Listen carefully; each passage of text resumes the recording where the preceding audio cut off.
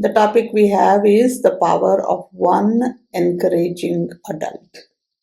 I read about this lady, Bharti Mudi, that's in the flyer, and I was amazed at her rekindled energy, aspirations for football. She was herself a footballer in high school, though coming from a very tribal background, village setting. And of course, she being a girl, there was expectations from the community, from the family, that she get married, settle down, etc. She did that, kind of buried her dream. And maybe about 20 years after she had buried it up, so her child asked her, if she would kind of train them for football, that she had heard her mother was a footballer herself. And mother was very encouraged. She started training. She had support from her husband and other children, and she was good at it. She went on to start her own football academy. She hosted children from neighboring villages. She bought them jerseys, shoes, etc. And with no support, no recognition, no money, no aspiration, just purely the love for the game. And she became this marvelous, encouraging adult for so many other children around her who never thought they could afford a coach, who never thought they could go ahead.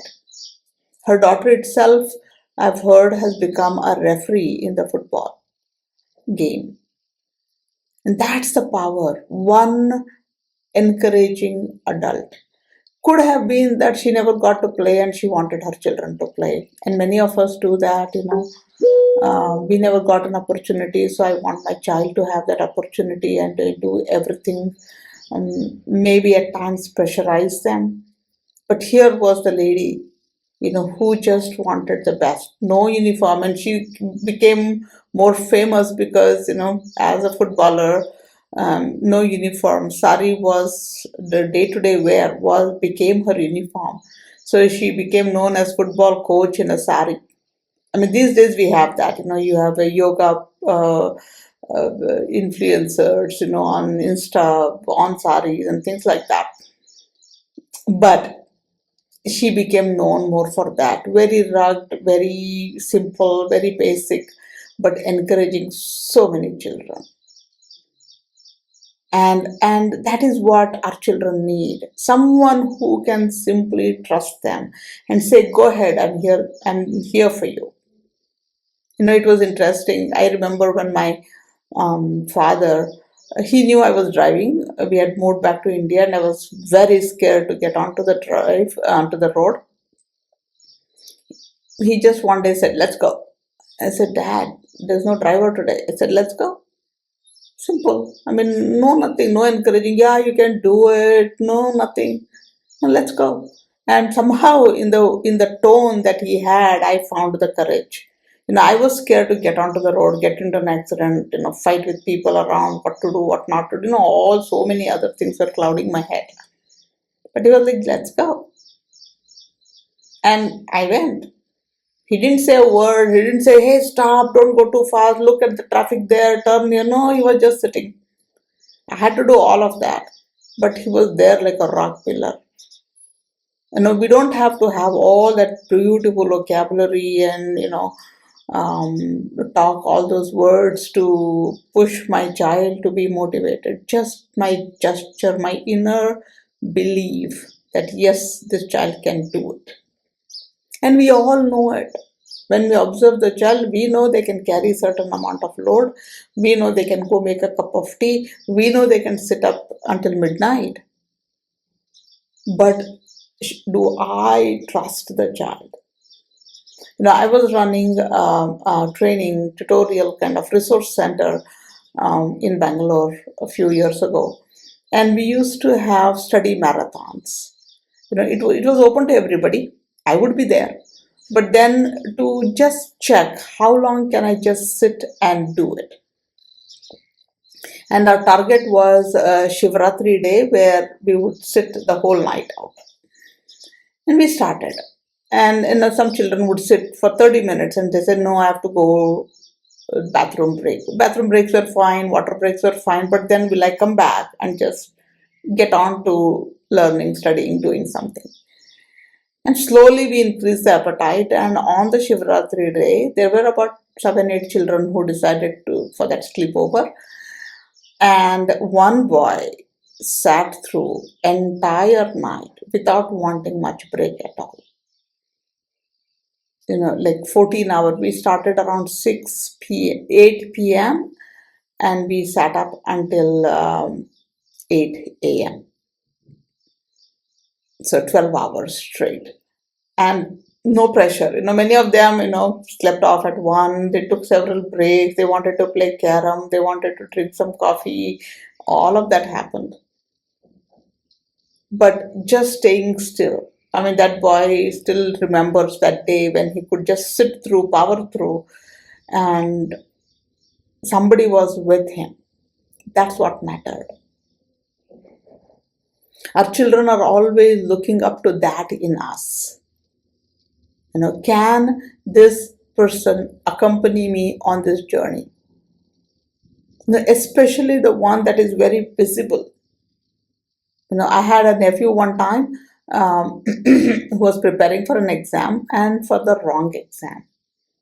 He had 2 computer science papers. He was preparing for A, but actually it was B. And he realizes that at around 10 p.m. And he was so furious. He banged on the table and said, damn it, I always do it. Forgetful. And I could resonate with him so much. I always do that. Assume. And I had done that myself. So I said, okay, no worries. You still have 8 hours before exam. You can pull through the entire night. Anyway, you will not be able to sleep. So we'll do it. And since I had a degree in computer science as well, we both sat. I just questioned him and he was prepared. It was this last minute thing. And he went to exam looking forward to writing it, not being scared. So if I can look back in my own life, which point I had someone encouraging me, trusting me, knowing that I can do it. Not that I will come out with flying colors, not that I'll be successful, just I can do it. Pick it up and do it. Yes, you did it. Not that you came first. That doesn't matter. It's a process. But having that courage to do it, do I have somebody to back me? Some of us need a bit more of that support. Some of us just go do it. We have all varieties depending on what my child needs. I need to be able to assess their needs. And to be able to assess what my child needs, I need to go back into my own childhood. Remember all the different people in my life. Remember how they supported me, what words they said helped me, what words demotivated me. I had one friend who got into a car accident. Nothing happened, car had to be totaled, but she was fine. But every time she got into the car, it was like, be careful, don't go over that freeway again, don't brake unnecessarily, keep watching, every time people are reminding that you might get into an accident, be careful. And she quit driving. Because that was intense. The trauma itself was too much for her to take it.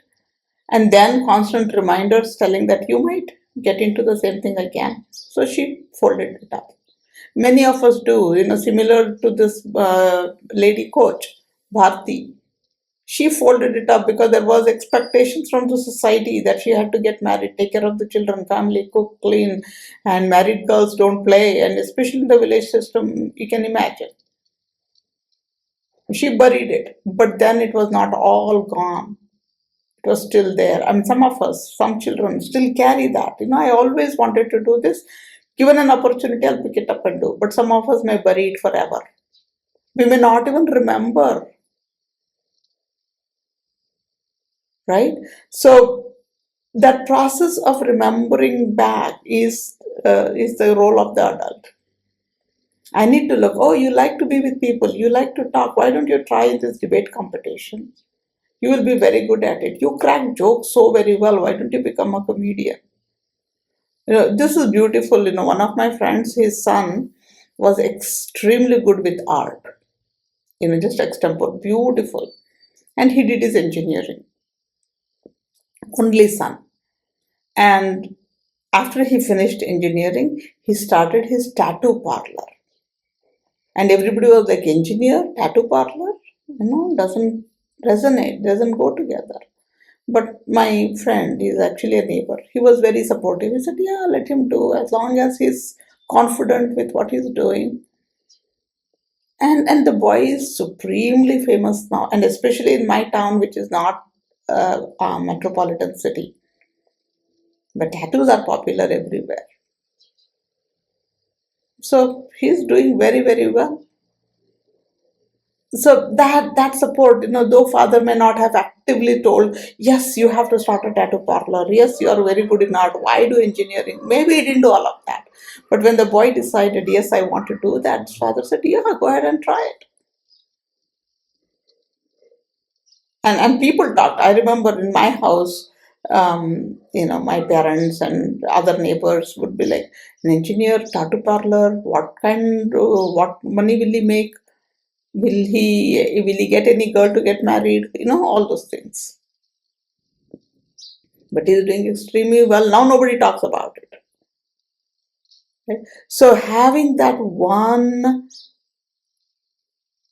committed adult, committed in the sense, I'm not after my children or whoever to do this. No, it's just that trust that I carry in my child. Yes, and every one of us is bestowed with some unique ability. I, as a parent, need to observe and bring forth that ability. And trust me, when my child is happy doing one thing that they love to do, they would also try and do other things, peripheral things, unless they're prodigies. If someone is a singer, for example, they would be 24/7 singing because they just are so drawn into it. But then, if I'm not a prodigy, but I'm good at something, then that confidence, if I can do it, if I can do this, then I can do anything else. It's a little bit of effort because even though I may have a skill, unless I practice it, I'm not going to get good at it. So there's a skill, I'm best with it, but still need to put effort. It's more fun to put effort now because I keep getting the next level, the next level. I keep learning it quickly because my focus is on that. That's all I need to do. I need to become that adult who can encourage my child to become their best version. Good luck.